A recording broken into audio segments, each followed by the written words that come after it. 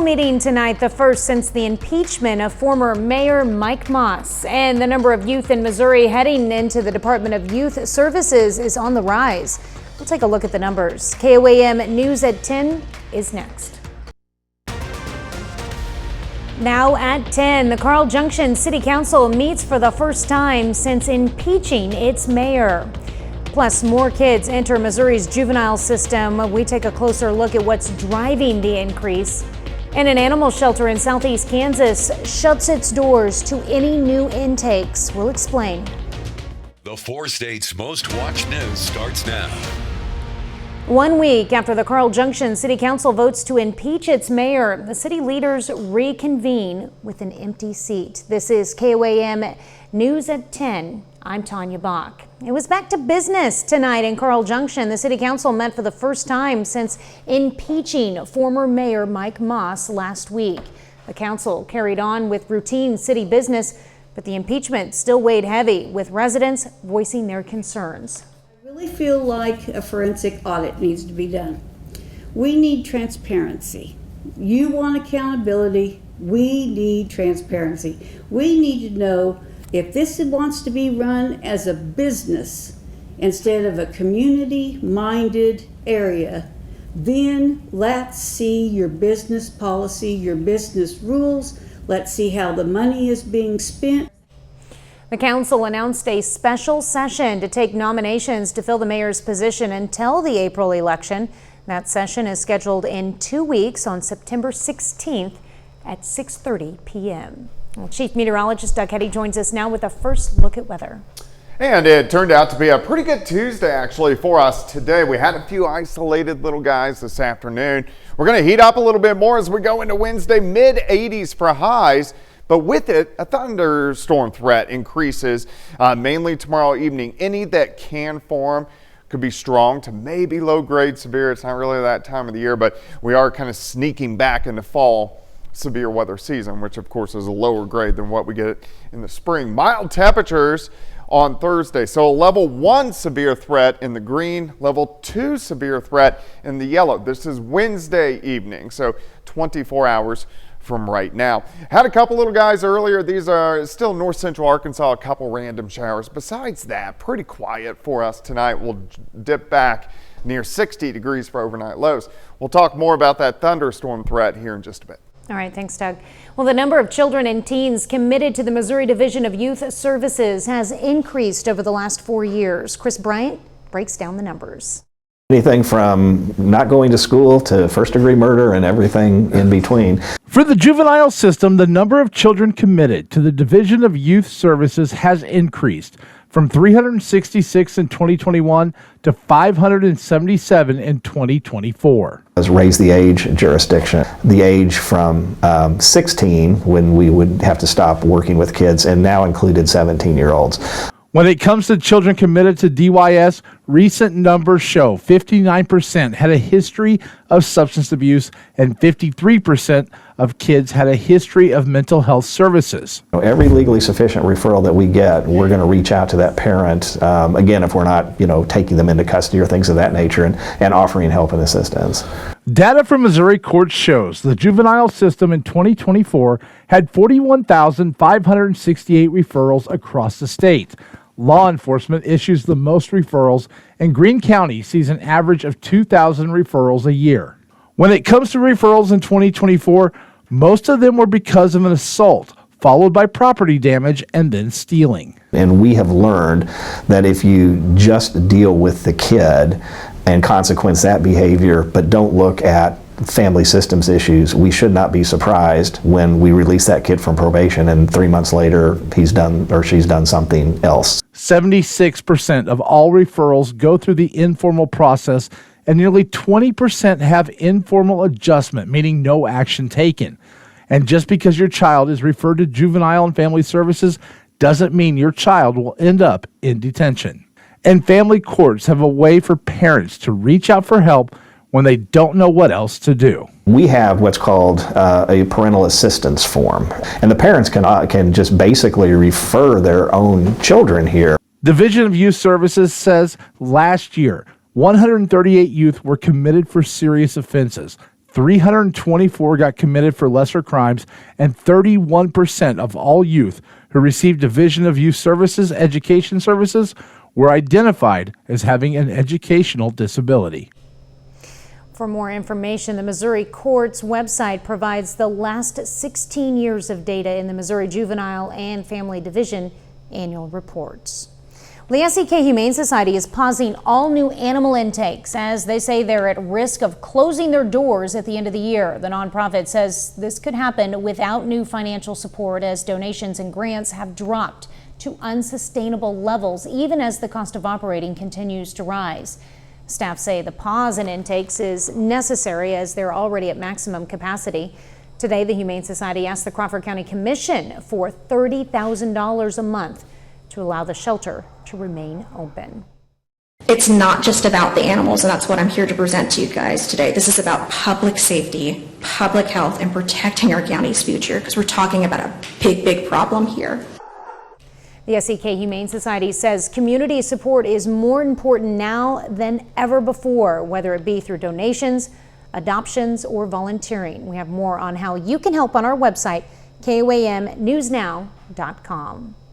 Well, Joplin's looking for a homelessness director less than 2 months after their current director took on the role. Eric Argenbright notified the Joplin Regional Commission on Homelessness of his intention to resign within 30 days. He cites unanticipated personal reasons as the cause for his departure. The resignation comes 3 weeks after Argenbright sat down with KOAM to discuss what he hoped to do in the role. According to the commission's executive director, Argenbright will work with them during this transition and offer guidance on next steps. The commission intends to fill the position quickly and says they will know more in the coming weeks. A police chase in Joplin ends with a crash and an arrest. The incident began just before noon near 7th and Connor Avenue when officers went to perform a traffic stop on a pickup. The driver sped down 7th Street, but the short chase ended on Schifferdecker Avenue when the pickup slammed into another vehicle. The driver of the other vehicle suffered minor injuries. When officers arrested the driver of the pickup on suspicion of DWI, they discovered the pickup was stolen yesterday from a Joplin home. Authorities have not released the name of the driver at this time. The Arvez Foundation presents a check to Carl Junction schools for their support of the upcoming First Responders Memorial in Jasper County. The memorial is set to be unveiled on September 11th at 9 a.m., honoring those who've lost their lives while on duty, including 1993 Carl Junction High School grad Ben Cooper.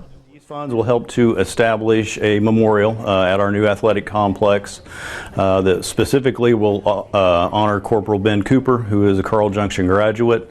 It will also honor first responders and law enforcement officers who currently serve, and then honor Jasper County affiliated officers who have given their lives in the line of duty. The foundation's goal is to recognize local groups working to improve quality of life in the 4 states. A massive development project will soon reshape part of Joplin. Coming up, we'll have the latest on the progress of Prospect Village. But up first, another project in Joplin hits the ground running. A brand new trail is blazing its way through Joplin. I'm Lonnie Walton in Joplin. I'll have that story coming up. There's something new heating up the excitement for Joplin residents, a fresh trail. The Tin Cup Trail is officially open, stretching 1.5 miles. It links the St. John's Trail to McIndoe Park and the Shoal Creek area. KOAM's Lonnie Walton caught up with city officials who say they're thrilled to see this long-anticipated project come to life. Length too, it's a 1/2 mile or 1.5 miles that way, and then if we walk it back, it's a good 3-mile loop. Emily Gilbert is a Joplin resident. She's excited about the new trail called the Tin Cup Trail. It's very well kept. It's close to our house. We just live right down the road, and we like that it's paved so we can bring our dog. Oh, there's already a few trails around here already, but with there being another one, it adds a little more choice to Joplin. And lots of trails are what some may believe, but Dan Johnson, who's the director of public works for the city of Joplin, says it's not a bad thing. All of these trails, we look at tying things together. We look at points of interest. Of course, Cunningham Park, Mercy Park. I love the new trail. It's great walking and good looks. Johnson says these trails start at 32nd and McIntosh and travels to McDowell Park. And not only that, there will soon be a 120-foot bridge on the way. Johnson says it's going to be monumental. Be a beautiful bridge. suspension bridge, the only one in the area, and I think that it will be become a bit of a landmark. Johnson says he listened to the people before the trail was created. One thing they wanted was space. New trail, it's 12 feet wide. It will have a stripe down the middle, and I think that that just adds to the quality of the trail, the safety for people using it. More trails open, gives us more options, just more opportunity to walk. And if you haven't worked out that Labor Day meal yet, now's the time to do it. Reporting in Joplin, I'm Lonnie Walton, KOAM News. Well, Johnson says the bridge is on hold as the materials needed to build it are currently delayed. He hopes to have it completed in early next spring of next year. The city of Joplin says it is actively collaborating with a developer on the proposed Prospect Village project with a series of public hearings underway. The next public hearing is scheduled for October 20th. Now, these are the latest renderings for the proposed development, which would be near 20th and Rangeline. The multi-use project will feature a 135,000 square foot athletic facility with outdoor turf fields and the ability to host tournaments. The development would also include a major retailer such as a grocery store, a hotel, and an apartment complex with more than 300 units. City officials say the project has the potential to create an enormous economic impact for local businesses and increase tax revenue from out-of-town visitors. The developer estimates if construction can break ground at the end of 2025, it may take about 8 years for all the component projects to be completed. The sports complex would be built first, with hopes to open in 2027. A little later, the Neosho Chamber of Commerce invites the public out to the 30th annual art exhibit. Plus, we have some thunderstorm chances in the forecast. We're going to look at that coming up. And $100. Enter today.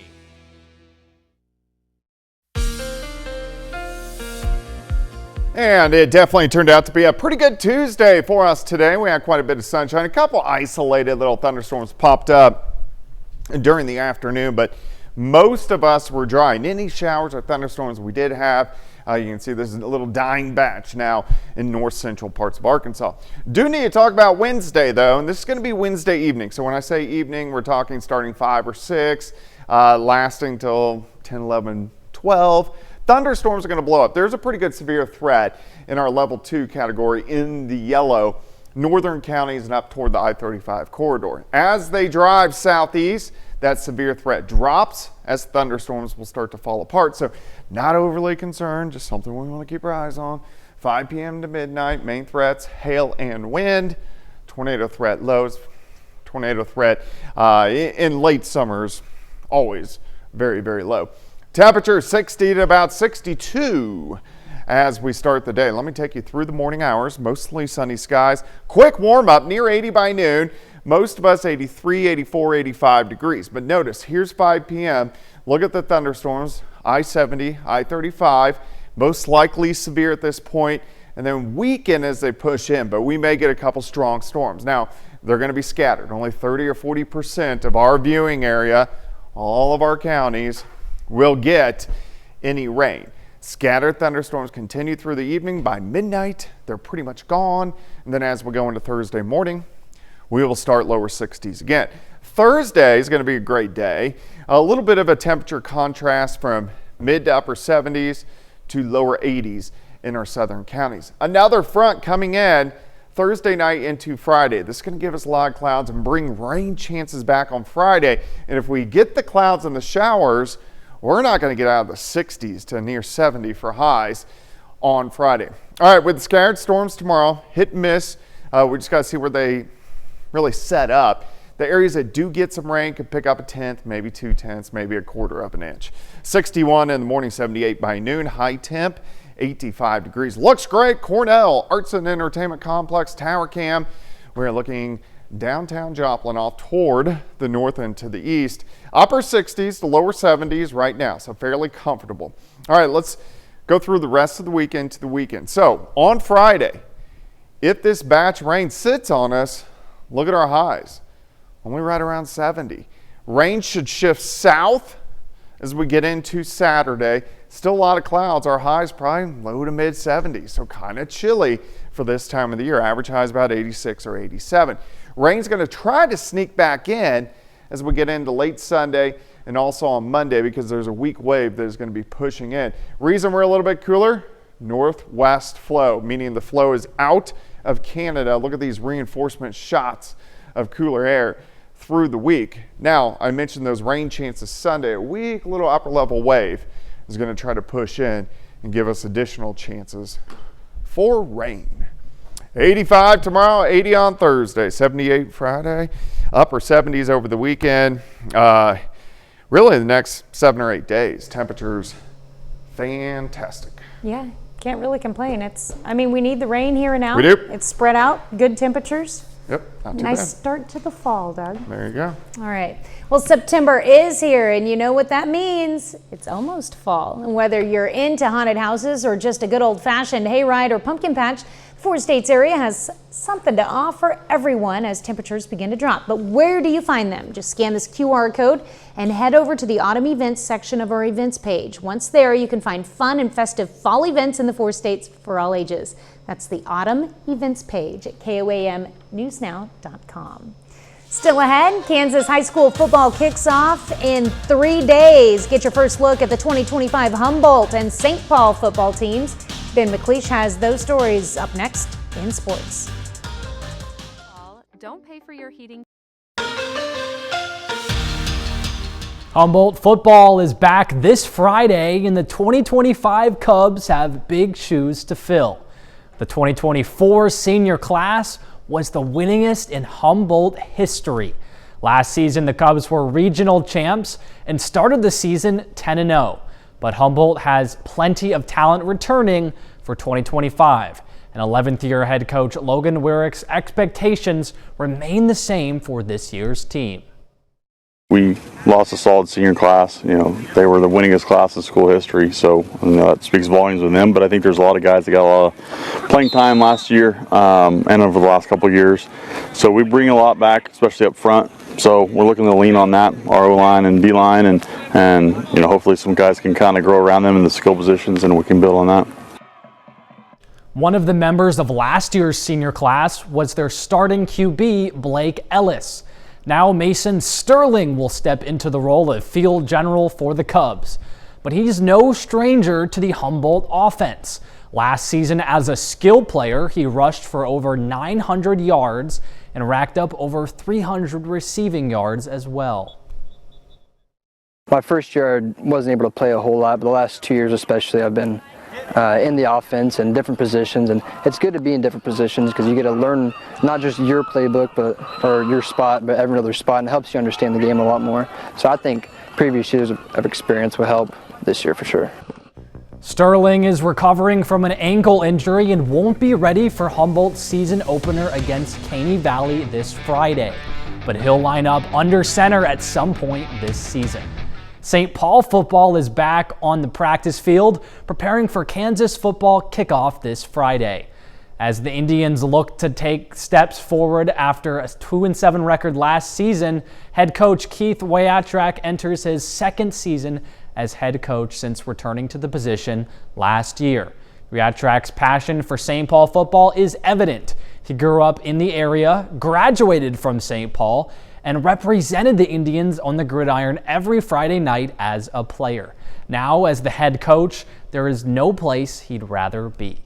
Everybody wants to coach in their hometown, but a lot of people have big goals in coaching and moving up the ladder and start somewhere and try to get bigger and bigger, until ultimately their highest level that they could be at. And I'm satisfied with Amen football in St. Paul, Kansas. I've lived here my whole life, and someday I'll be over there across the street in that cemetery, hopefully. So I just love being around it. I love the community. I love this town. Coach Wyatrak, he's awesome. He really cares about us.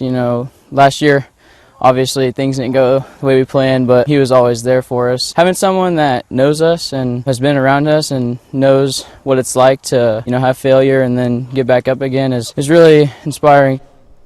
The strength for this St. Paul squad in 2025 will be in the backfield. The Indians return running back Devin Vogel, who rushed for over 1,000 yards a year ago, and quarterback Breck Norris. With the full season under their belts in this offensive scheme, the dynamic duo is set to lead a strong ground game attack. Him and I have been quarterback, running back duo since our 7th grade year, So we've played football together for 4 years. Our measure points are on point. He does a great job about handing the ball off and getting me in the right spots, so that way I make the hold that I need to make. But he can also throw the ball fairly well. Instead of knowing the plays, being explosive in the plays. So now we know the plays, what we want to run, why are we running it, why are we doing it. Now we can don't have to think about it, we can just be explosive doing it. I think it's going to help them both tremendously. And then they'll be back as seniors too, so you get to grow together a little bit. Them learning my system last year, running option football. I mean, I expect us to be hard to stop this year on the ground. St. Paul opens up its season this Friday on the road against the Northeast Vikings. On Saturday, Missouri Southern football won its first season opener since 2013. Today, the Lions get even more good news. Zach Bergman, senior linebacker from Rogersville, Missouri, is named the MIAA Defensive Athlete of the Week. Bergman registered a career-high 14 tackles and helped the Lion defense in holding Midwestern State to under 100 rushing yards. The honor is the second of Bergman's career. That's it for sports. We're back with more after this. The 30th annual art exhibit is open at the Neosho Chamber of Commerce. The art exhibit is inspired by Thomas Hart Benton. All the work is from local emerging and professional artists. It's open for viewing September and October, and some of the pieces are even available for purchase. Pretty cool. Yeah. What else is cool? The forecast. Yeah, a little chilly tonight. We're going to drop back right around 60 degrees, which, hey, we'll definitely take. 85 tomorrow, dry during the day, some hit-miss storms as we get into the evening hours. Some of those could be on the stronger side, so we'll watch that. All right. Thank you, Doug. Thank you for watching. We will see you tomorrow. Have a great night and an even better Wednesday.